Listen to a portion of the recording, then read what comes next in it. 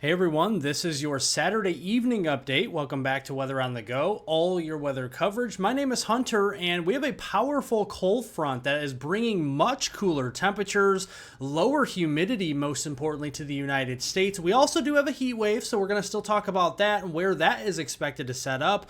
We're going to look at the precipitation trends going through the rest of August and into early September, as well as your tropical weather update in this video. So leave a like, give it a thumbs up. Didn't get a lot of likes this morning, which was a little disappointing to me. I did a lot of work in my videos. I always do that for you folks to give you the most accurate and informative weather videos as possible. If there's anything that you want me to change or do better, make sure to leave that in the comment section down below. But please like the video, share it with a friend, family member, and on social media, and importantly, subscribe to the channel. We do daily weather forecast breakdowns, including two-a-days when it's active as well. I figured it's Saturday. You guys are probably looking for an update, so I'm going to do one here this evening.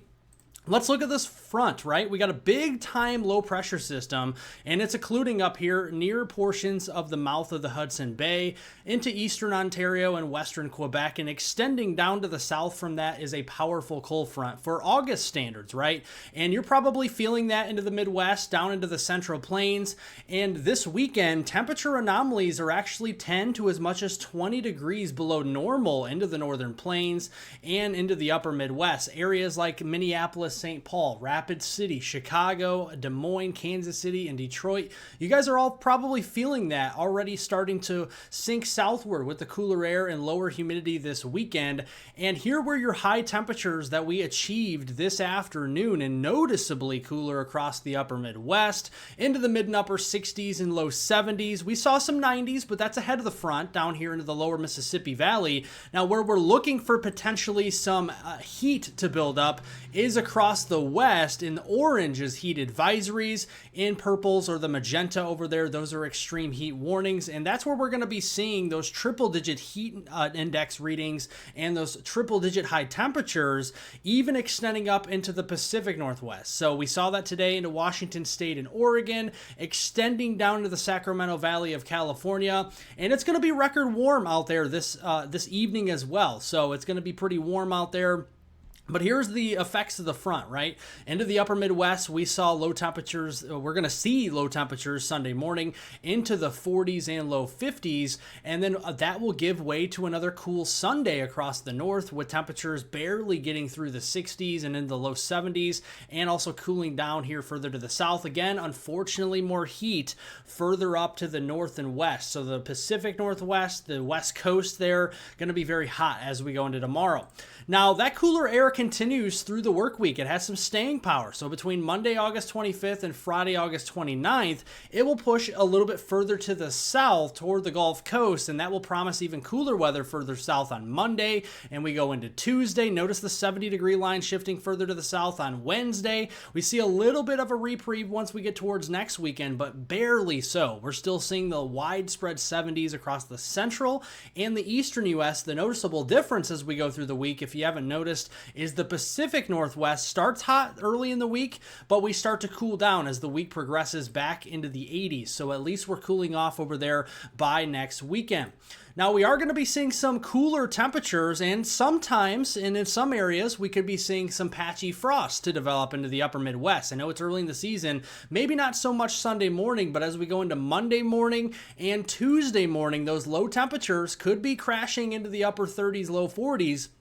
And that would be just marginally cool enough for potentially some frost to develop into the valley regions, low-lying areas, and near Lake Superior there. Arrowhead of Minnesota, for example, northern Wisconsin, into parts of the UP of Michigan. Keeping an eye on that, but I think our overnight lows will begin to warm up later in the week where the frost effect won't be that big of a deal.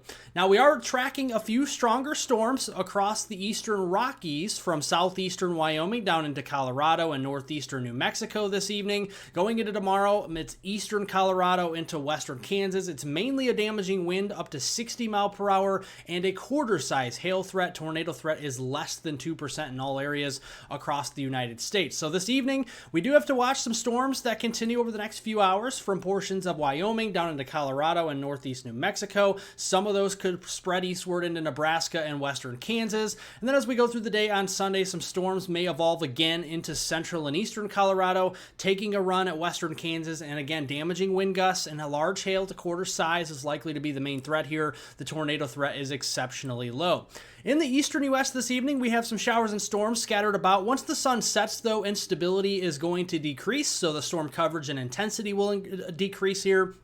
We're watching along the cold front. We actually could be seeing some scattered storms develop as we go into Sunday afternoon. Not severe, though. These could be producing heavy rainfall, and yes, every thunderstorm has lightning, but I don't expect any severe weather into central or eastern PA, including the Poconos up there into upstate and western and central New York. Those areas could start to see some storms as we go into Sunday, but as we lose the daytime heating Sunday evening, we'll lose the storm coverage and intensity over there as well. Into the western U.S. we go here this evening. Got some storms, and again, the sun will set over the next few hours. That will give way to a lot of decrease in coverage and intensity of these storms. We'll start off the day Sunday with maybe a sprinkle or shower across the desert southwest, and then we'll see more of those storms developing with the heat of the day as we go into the mid and late afternoon and extending through mid-evening hours. So a few hours there from about, say, 3 o'clock to 9 o'clock we're looking at across the desert southwest. Locally heavy rainfall may be possible there at times.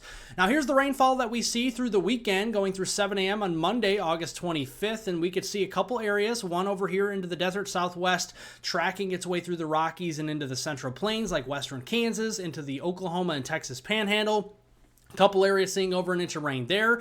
Down here into Florida, the west coast there near Tampa Bay. And then along that low pressure system and the cold front, could be seeing some rainfall at times, especially into New York State and Pennsylvania, including the Poconos region. We could be seeing up to an inch of rainfall through the weekend. And really looking at the Tampa Bay region, it could be seeing 2 inches of rain or more in some areas and localized spots. That could lead to some excessive runoff, as Tampa Bay is an urban area, a lot of asphalt, a lot of concrete, so that could lead to some runoff of some water and again some flooded roadways.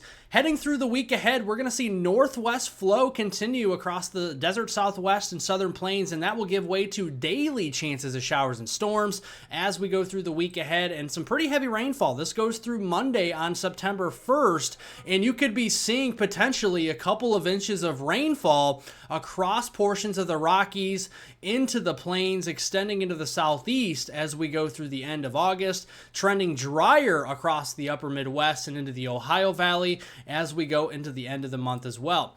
Now, it's been very wet into the Midwest and the Ohio Valley over the past 30 days. It's nice to see a change of some sunnier conditions, some drier weather here, with a trend toward wetter weather across the desert southwest and into the southern plains, and that is something we'll watch as we go to the end of the month. Now, the long-range forecast in early September, the first 5, 6, 7 days, a trough will begin to weaken across the eastern U.S. According to the European ensemble guidance, cooler air across the deep south, warmer air building over the top, and you can see the European guidance is wet, especially west of the Mississippi River. East of the Mississippi, we're seeing either near normal or slightly below normal precipitation. In contrast, the GFS extended ensemble guidance is a lot weaker with the trough, and it brings warmer air actually into the plains and southern Canada faster, with the cooler air dying out quicker as we go into early September, but it's a more active look there along and even east of the Mississippi River. So we'll be keeping an eye on the trends. A lot of uncertainty here as you would expect about 2 weeks out. Again, we'll keep you updated. Now let's look at the tropics. This is the tropical Atlantic, and breaking news, we actually do have Tropical Storm Fernand that has been named across the Atlantic, and this is a fish storm, folks. This is moving out to sea and is likely to remain a tropical storm, but potentially a strong tropical storm over the next few days. Right now, maximum sustained winds of 40 miles an hour, moving quickly north at 15 miles per hour. Again, this is a fish storm. A 20% chance of development there in the western main development region, heading toward the central and southern Leeward Islands.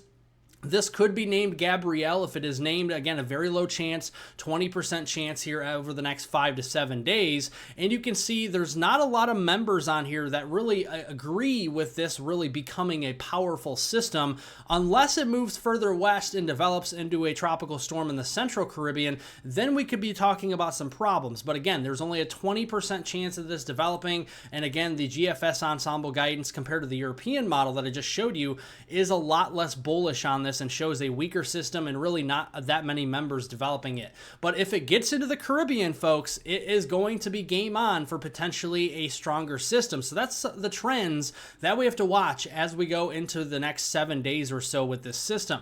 The East Pacific, we have another tropical wave, rather robust here, moving across Central America and then eventually again into the East Pacific. A lot of members showing up on this one as well, and this could be the next name storm for a tropical storm or low-end hurricane. Right now, the National Hurricane Center has this as a 70% chance of developing, which is a pretty good odds as we go into the next 5 to 7 days. So we'll be keeping a close eye on this system. In the East Pacific, water temperatures are very favorable for development as well here, so we'll be keeping an eye on that for near Mexico and Hawaii in the long term. Thank you all for watching this update. If you did enjoy it, make sure to like the video, give it a thumbs up, share it with a friend, family member, and on social media. Comment any comments, questions, and concerns that you have down below the video. If you want me to change anything that I do in my videos, anything that you'd like to be added in my videos to help you get more informed of the weather forecast, let me know in the comment section down below. If not, then don't say anything at all. I appreciate it.